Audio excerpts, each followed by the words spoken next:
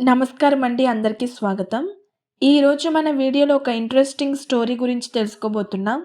వీడియోలోకి వెళ్ళే ముందు మీరు గనక మన ఛానల్ని మొదటిసారి చూస్తున్నట్లయితే లేదా ఇంకా సబ్స్క్రైబ్ చేసుకోకపోతే వెంటనే సబ్స్క్రైబ్ చేసుకోండి. అలాగే పక్కనే ఉన్న బెల్ ఐకాన్ క్లిక్ చేయడం మర్చిపోకండి. దీనివల్ల నేను చేసే ప్రతి వీడియో మీకు నోటిఫికేషన్ ద్వారా అందుతుంది. ఇక ఆలస్యం చేయకుండా వీడియో స్టార్ట్ చేద్దాం.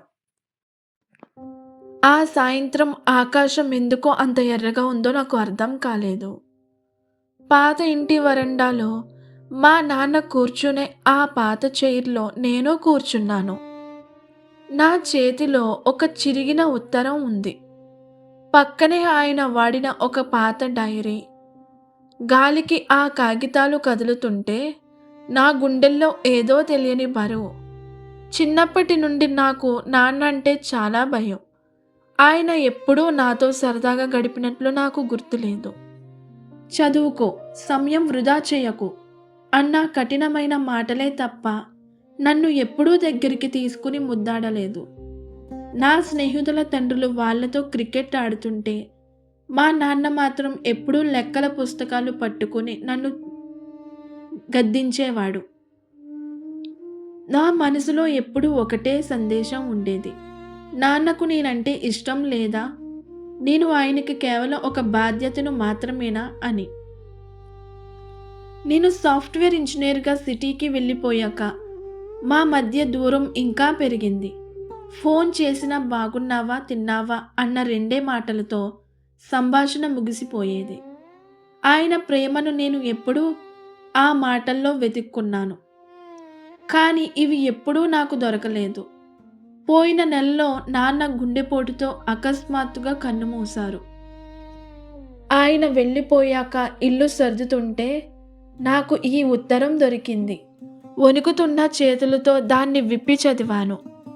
అందులో నాన్న ఇలా రాశారు: అశోక్, నువ్వు ఈ ఉత్తరం చదువుతున్నావంటే నీ పక్కన లేనట్టేరా.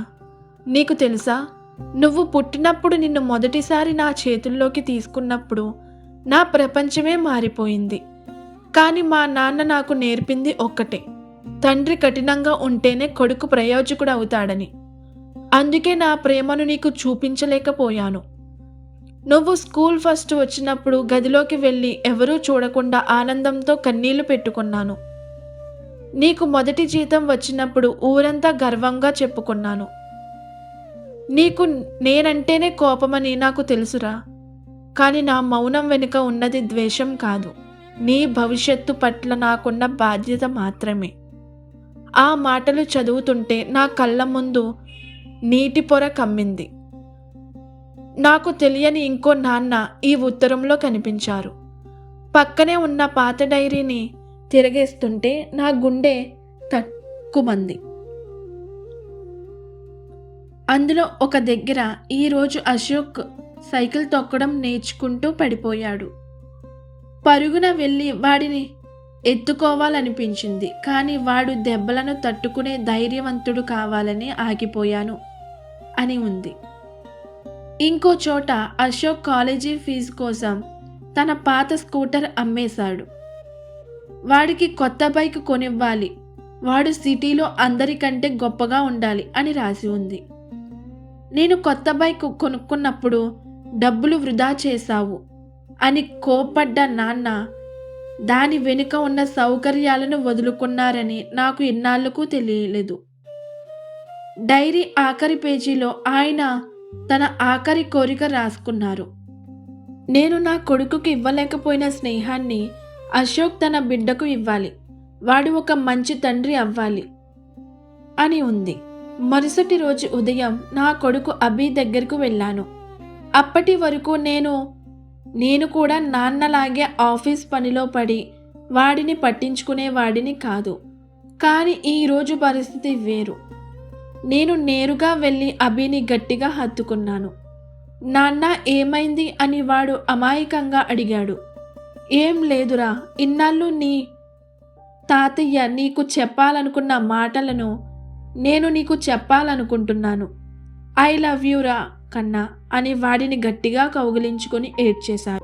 నాన్న భౌతికంగా లేకపోయినా ఆయన వదిలి వెళ్ళిన ఆ మౌన భాష నాకు జీవితాంతం తోడుంటుంది. ఆయన కఠినత్వం వెనుక దాగి ఉన్న అంతులేని అనురాగాన్ని నేను ఆలస్యంగా గుర్తించాను. కానీ ఇప్పుడు నా కొడుకులో ఆ ప్రేమను చూసుకుంటున్నాను. ఈ వీడియో మీకు నచ్చినట్లయితే లైక్ చేయడం మర్చిపోకండి. అలాగే సబ్స్క్రైబ్ చేసుకోండి మరిన్ని వీడియోస్ కోసం.